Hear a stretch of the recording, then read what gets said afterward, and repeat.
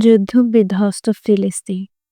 চারপাশে শুধু ধ্বংস আর কান্না। কিন্তু সেই নৈরাশ্যের মধ্যেও জন্ম নিয়েছে সাহসের নতুন গল্প। আজ আমরা জানব এক ১১ বছরের বালিকার কথা, যে কাঁধে তুলে নিয়েছে সাংবাদিকতার ক্যামেরা। তার নাম সুমাইয়া উষা।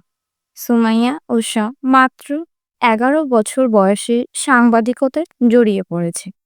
তবে এটি কোনো সাধারণ খেলা নয়, এটি তার যুদ্ধ, তার অস্ত্র, একটি ছোট ক্যামেরা আর সত্য বলার সাহস।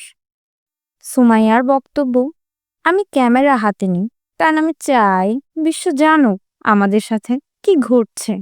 আমরা বেঁচে থাকতে চাই, শুধু সেটা বলতেই আমি কাজ করি। স্থানীয় একজন বলছেন, সে শুধু রিপোর্ট করে না, নিজের ভাষায় তুলে ধরে মানুষের কষ্ট, প্রতিবাদ আর স্বপ্ন। ভয় নেই, ক্লান্তি নেই, যেন একটি ছোট্ট মিশন নিয়ে নেমেছে।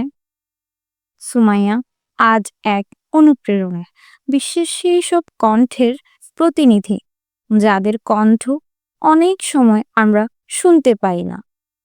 এই ছোট্ট বয়সে সুমাইয়া আমাদের শেখায়, সত্য বলার কোনো বয়স হয় না। তার সাহস আমাদের চোখে জল আনে, তার মনে জাগায় আশা। সাদিয়া মোস্তফা, আন্তর্জাতিক ডেস্ক, বাংলাদেশ বার্তা।